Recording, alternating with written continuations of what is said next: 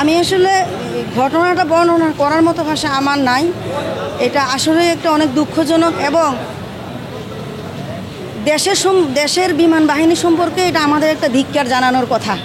কেননা ৬৬ সালের তৈরি বিমান দিয়ে ৭৬ সালে ক্রয় করে সেই বিমান দিয়ে এখনও ট্রেনিং করা হচ্ছে একজন পাইলটকে, যেই বিমানে কোনো যান্ত্রিক ত্রুটির কোনো অভাব ছিল না।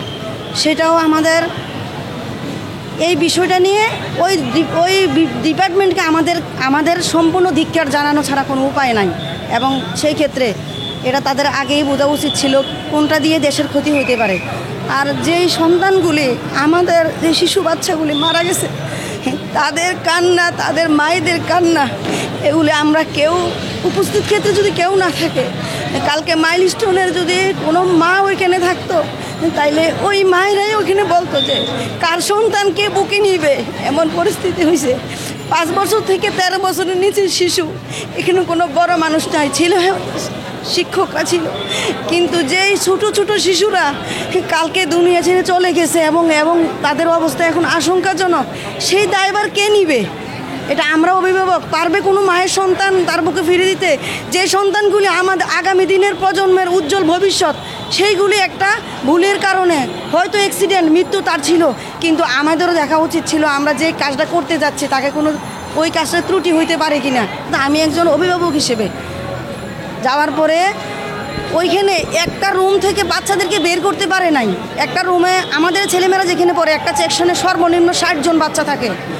তাহলে ধরেন ওইখানে 60টা বাচ্চা পুরে চাই, তারপরে ওরা যদি 20 জন আনে, ওরা বলে 5 জনের কথা।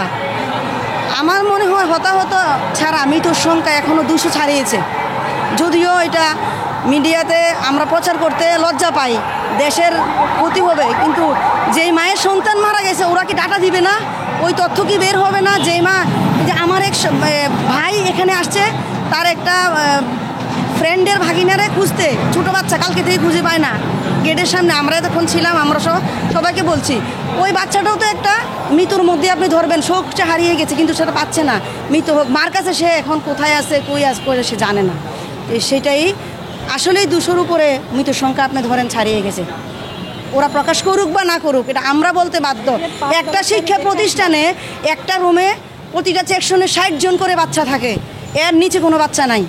তো তাইলে ওই রুম থেকে তো বাচ্চা বের করতে পারে না। ওইকে আপনি কালকে মিডিয়াতে আপনারা দেখছেন, তাইলে ওই রুমের বাচ্চাগুলি কোথায়? আপনি কি ওইটা কাউন্ট করবেন না? শুধু কি এনে হসপিটাল যেগুলি ভর্তি করছেন এগুলি বাচ্চা মারা গেছে, অসুস্থ হয়েছে আরও অনেক।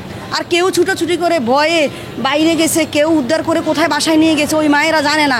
আর সবচেয়ে মাইলস্টোনের কর্তৃপক্ষের প্রতিও আমার একটা অভিযোগ এবং তাদের প্রতি লজ্জাজনক বিষয়, বাংলাদেশে এত বড় একটা স্কুলে আইডি কার্ড তৈরি করছে অভিভাবকের মোবাইল নাম্বার ছাড়া।